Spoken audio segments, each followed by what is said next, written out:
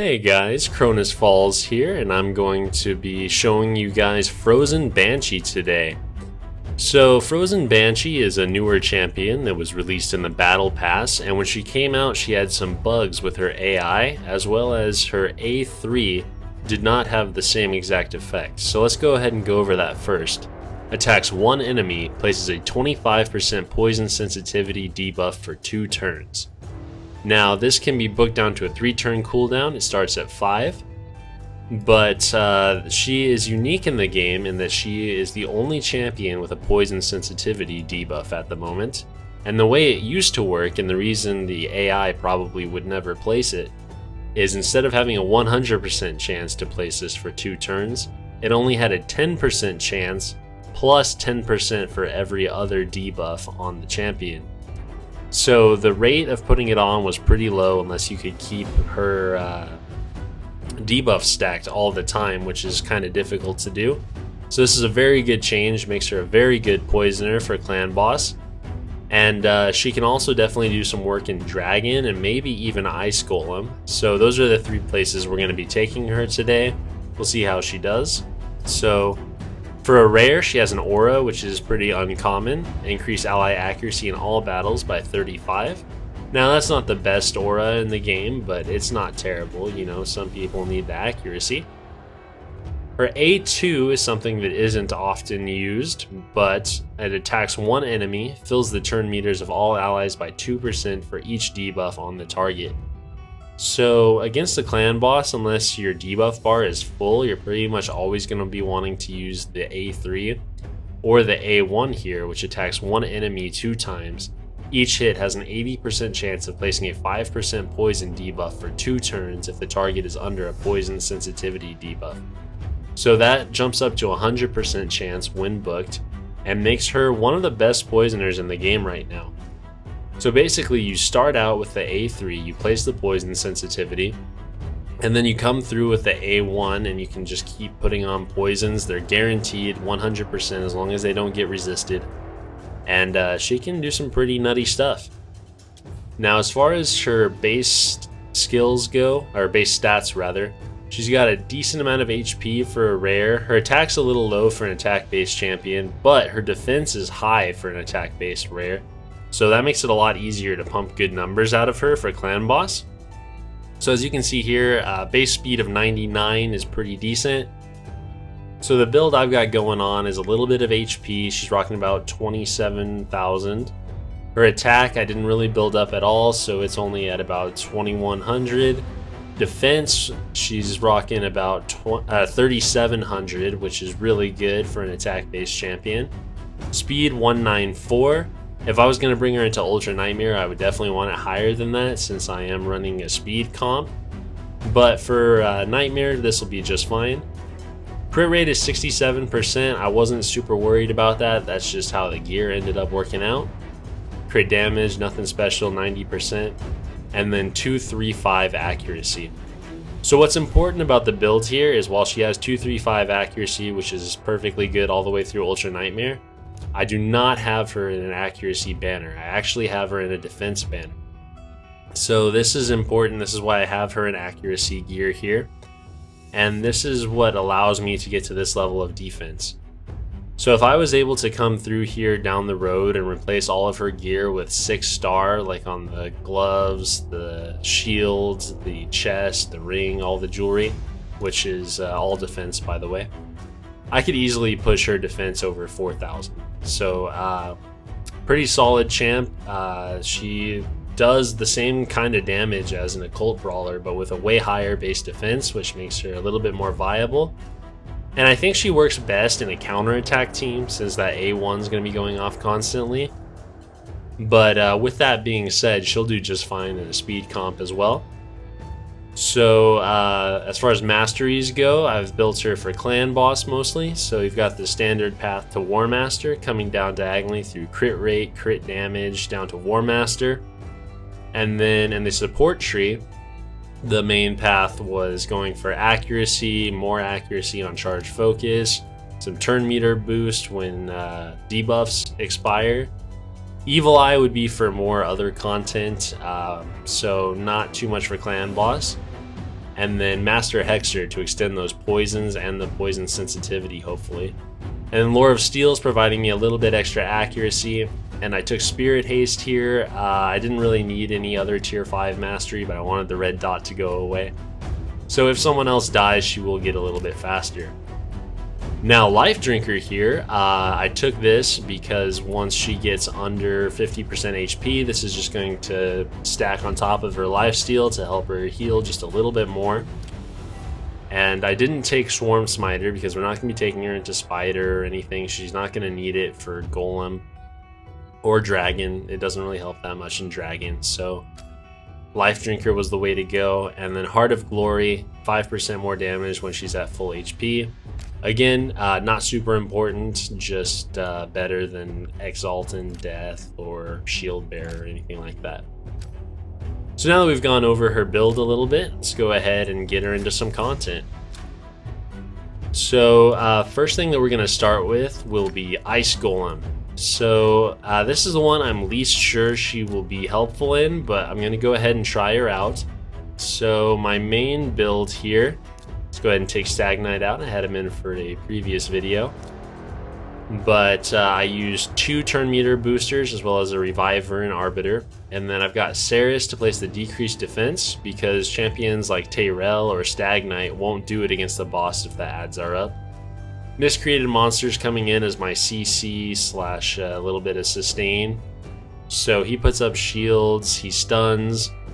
Someone else could come in his place that could place stuns or sleeps or anything like that, provoke. And then Rotos is my main damage. So he really speeds up my runs and blocks revives on the adds, which is really nice. But for this run, we're going to go ahead and take him out, and we are going to get Frozen Banshee in his place. So let's go ahead and see how this goes. Alright, so first of all, we're going to want to see how hard Frozen Banshee hits. So we're going to come through, try and get some stuns with Miscreated Monster. Get our defense down up with Ceres.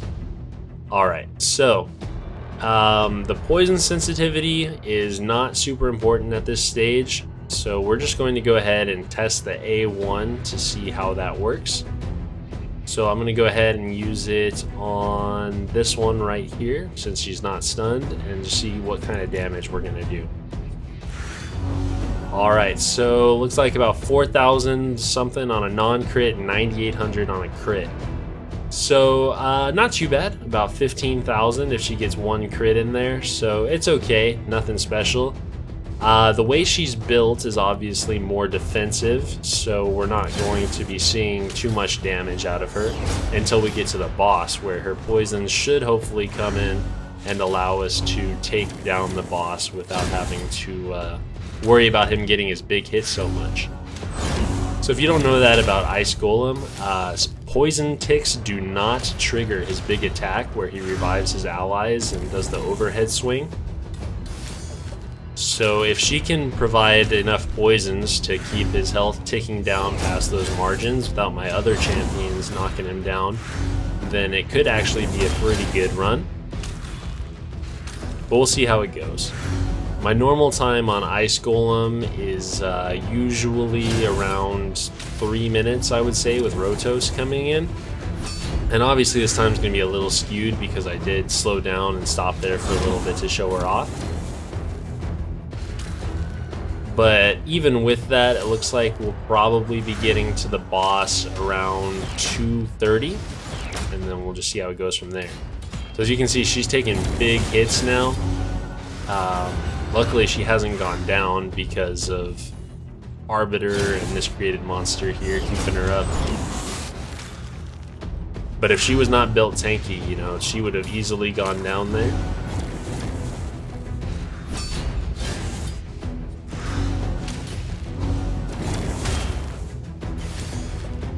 Alright, so we're coming towards the end of this wave now. And so this team is obviously not set up to go fast. Miscreated Monster's the only one in here who's built to do some serious damage, and he's an HP champion, not attack, so while he does hit pretty hard, he's not going to be just knocking down waves. Alright, so here we are. And as you've probably seen throughout the fight, she has not been using her A3 at all.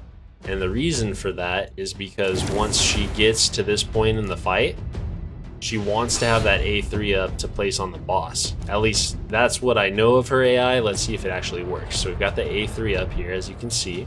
Let's see what she does.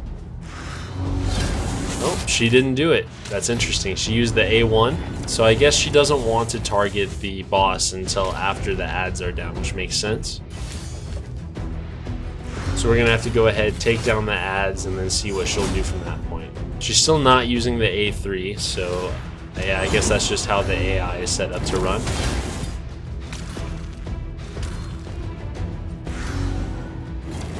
Alright, so this ad is stunned. He should be going down pretty quick here.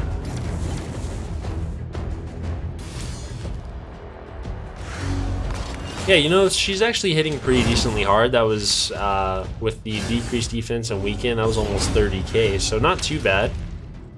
Alright, so now we're coming in here, and we're going to go ahead and drop his turn meter. Sorry, let me put that back to 2 times until we get around to her. Alright, so she's got it up. She didn't use it at all. We're going to put this down to 1 time speed and see if that's what she does now. Yep, Frostblight, so there's the poison sensitivity. I'm gonna go ahead and put it back to 2 times. And we'll see if she can get those poisons stacking up. Looks like we're probably going to get an overhead swing here pretty soon, unless he manages to take a turn. Nope, yeah, she knocked it over. But anyways, as you can see, she's already getting this going pretty good. We've got 4 poisons plus the 2-turn poison sensitivity up. The problem is she's now going to focus on the ads. So this is why I didn't think she would be that great in Ice Golem versus the other ones, is because she's not going to be stacking up enough poison while the ads are up. And that's going to really hurt us in this run.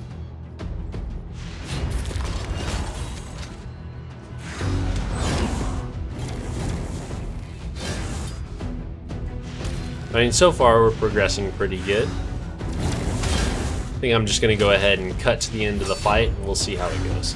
Alrighty, so we're coming up to the end of the fight here, and as you can see, she's getting the poisons going, but honestly, she wasn't doing it enough throughout the fight, so I wouldn't necessarily say that you can...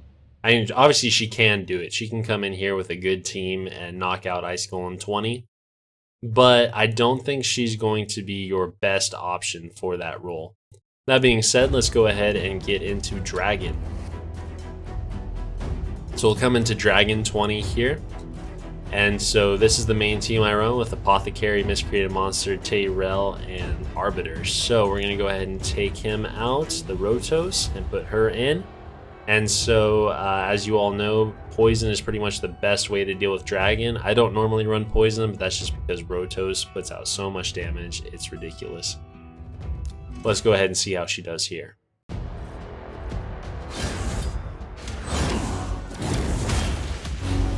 So I think we'll go ahead and get through these waves a little bit faster than we did on Ice Golem, just because Dragon tends to be a little bit of an easier dungeon to get through. And a typical run for me on Dragon is about 2 to 2.5 minutes. So without Rotos taking out the waves, that's obviously going to increase.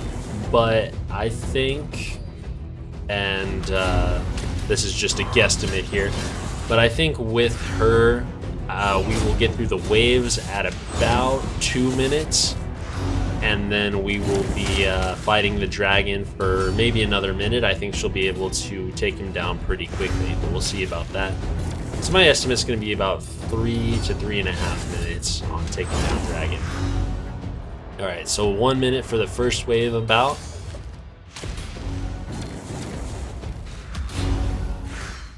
So as you can see, as far as dungeon teams go, for Ice Golem and Dragon, there's not really a whole lot of difference in what you need, you know.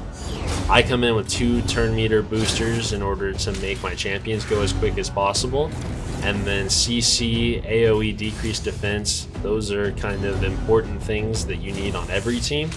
And finally, for those 2 dungeons, a poisoner is very important. for anyone who's not just dealing copious amounts of damage like I do with my Rotos. Alright, so yeah, looks like we'll be coming through the end of this wave probably at about a minute 55.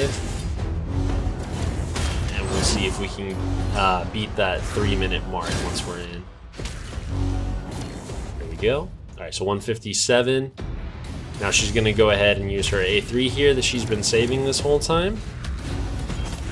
There it is. So the poison sensitivity is up. Now she's just going to start laying them down. So boom, I think almost half of that bar was already gone as soon as he came up, just from the 2 poisons plus poison sensitivity. And as those stack up more and more, because she's taking a lot more turns than the dragon is, he's going to really be feeling the pain. Alright, so poison sensitivity's down now, but she's got it right back up. She's able to cycle it just fine. More poisons. I think the dragon will get one more turn after this. So as soon as he tries to go again, if he's not already dead, then the poisons are going to take him down. Oh, he's already going to die ahead of time. But as you can see, she can put up the poisons just fine for dragons. She doesn't do a whole lot for the waves, but as soon as you get there, she can take him out pretty easy. Alrighty, so that's it for dungeons. Obviously, she can do okay in the rest of the keeps. Poison's not particularly useful in any of them in particular, but she'll do just fine, you know, she'll put out some damage. She's not the greatest for Fire Knight because she's affinity countered. She does have a 2-hit A1, but not that strong for him. And then the Spider's Den, maybe at lower levels, if you just want to poison the spider to death, she might be helpful, but overall not too much. Alright, so now for the main event, we're going to go ahead and bring her into Clan Boss here.